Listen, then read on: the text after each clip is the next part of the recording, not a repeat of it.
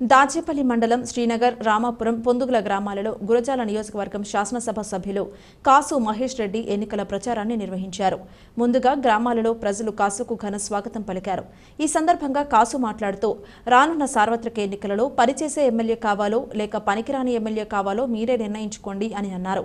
జగన్మోహన్ రెడ్డి ప్రభుత్వంలో ప్రతి ఇంటిలో మంచి జరిగి ఉంది అనుకుంటే మరొక్కసారి మీ బిడ్డ కాసు మహేష్ రెడ్డిని అలాగే పార్లమెంట్ అభ్యర్థి అనిల్ కుమార్ యాదవ్ను ఆశీర్వదించి ఫ్యాన్ గుర్తుపై ఓటు వేసి అత్యధిక మెజారిటీతో గెలిపించండి అని ప్రజలను కాసు కోరారు. ఈ కార్యక్రమంలో జెడ్పీటీసీ మూలాగుండ్ల ప్రకాష్ రెడ్డి, ఎంపీపీ కందుల జాన్, మండల పార్టీ కన్వీనర్ కోటకృష్ణ, శ్రీనగర్ సర్పంచ్ కుశం నాగిరెడ్డి, పొందుగుల సర్పంచ్ షేక్ జరీనా ఇమాం వలీ, రామంపురం సర్పంచ్లు సైదయ్య, పరిమిబాబు, నాయకులు మందపాటి రమేష్ రెడ్డి, మునగ పున్నారావు, కార్యకర్తలు తదితరులు పాల్గొన్నారు.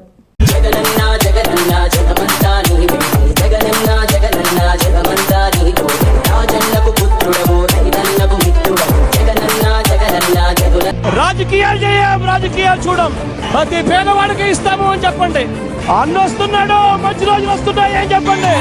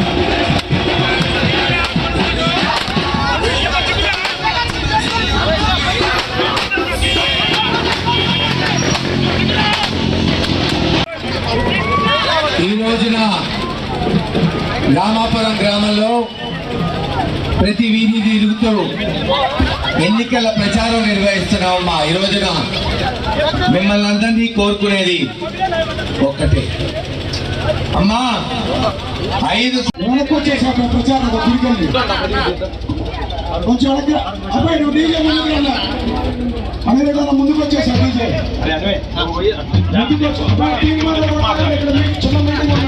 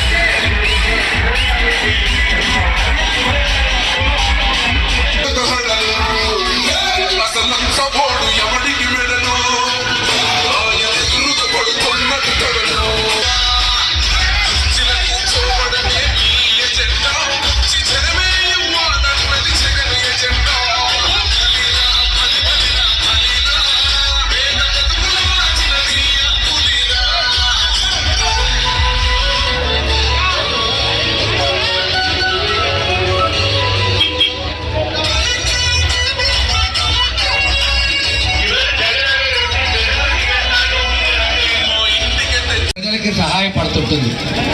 అలాగే జగన్మోహన్ రెడ్డి గారి ప్రభుత్వం ఈరోజు చూడండి, చదువుకునే పిల్లలకి అమ్మఒడి ఇచ్చాడు, విద్యా దీవెన, వసతి దీవెన ఇచ్చాడు, మీకు డ్వాక్రా రుణమాఫీ చేశాడు, చేయూతి ఇచ్చాడు, రైతులకు పెట్టుబడి కింద రైతు భరోసా లేదు.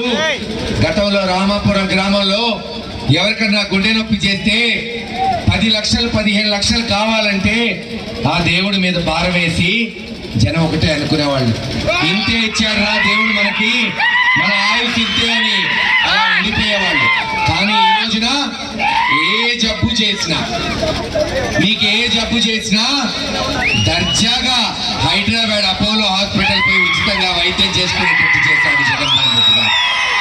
20-25 లక్షలైనా సరే ఆరోగ్యశ్రీ కింద ఉచితంగా చేసుకొని పేదవాడిని ఆదుకున్నాడు.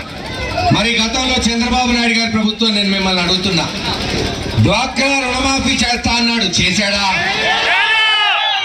ఇంటికి ఒక ఉద్యోగం అన్నాడు ఇచ్చాడా? నిరుద్యోగ భృతి అన్నాడు ఇచ్చాడా?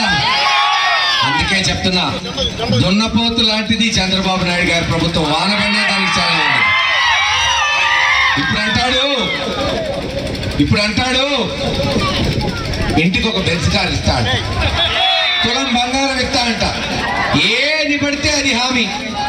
మొన్నేమో వాలంటీర్లు పనికిరానోళ్ళు, వీళ్ళు ఉండకూడదని పోయి ఎలక్షన్ కమిషన్ కి పిటిషన్ పెట్టాడు. పాపం వాళ్ళని ఎలక్షన్ కమిషన్ ఆపితే అవ్వ తాతలు, వికలాంగులు, వితంతువులైన అక్క చెల్లెమ్మలు ఈ రోజు మండు టెండలో పోయి 2 నెలల నుంచి పెన్షన్ తీసుకుంటున్నారు. వాళ్ళ కడుపు కొట్టాడు.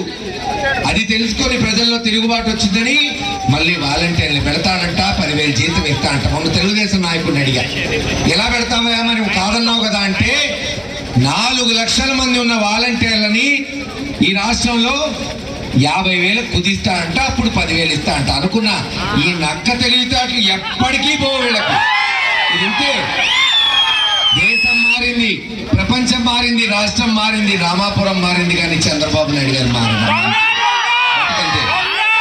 ఈరోజు ఆలోచించండి, జగన్మోహన్ రెడ్డి గారు బ్రహ్మాండంగా వస్తాయని ఒకటే చెప్తున్నా సోదరా. నాగార్జున సాగర్ గట్టి కృష్ణమ్మ పరవళ్లతో ఇచ్చిన కాసు బ్రహ్మాండ రెడ్డి మనవడిగా చెప్తున్నా. ఒక్క సంవత్సరంలో దండివాగు నిధులు తీసుకొచ్చి, ఎట్టి పరిస్థితుల్లో నిధులు తీసుకొచ్చి కృష్ణా నది నుంచి నీళ్లు పారేటట్టు చేస్తాడు.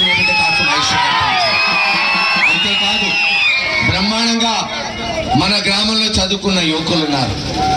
ఫ్యాక్టరీలో ఉద్యోగాలు కావాలంటున్నారు. ఇప్పటికే కొంతమందికి ఇప్పించాం. మీకు తెలుసు, మనం వచ్చిన తర్వాత ఫ్యాక్టరీ 4 ఏళ్లు మూసేశారు. ఇప్పుడే జగన్మోహన్ రెడ్డి గారు గట్టిగా పట్టుపట్టి వాళ్ళ చేత తెరిపించారు, వేరే అధిపతుల చేత. తప్పకుండా ఎలక్షన్ అయిన వెంటనే సర్వే చేపించి, ఇక్కడ ఇంటర్వ్యూలు పెట్టించి ఉన్నతమైన వాళ్ళందరికీ ఉద్యోగాలు ఇచ్చేటట్టు చేస్తామని తెలియజేసుకుంటూ, ఈ అవకాశం ఇచ్చిన మీ అందరికీ పేరు పేరున ధన్యవాదాలు. త్వరగా పండుగలు పోవాలి. 9:30 కల్లా మీటింగ్ ఆపాలి, అర్థం చేసుకోండి.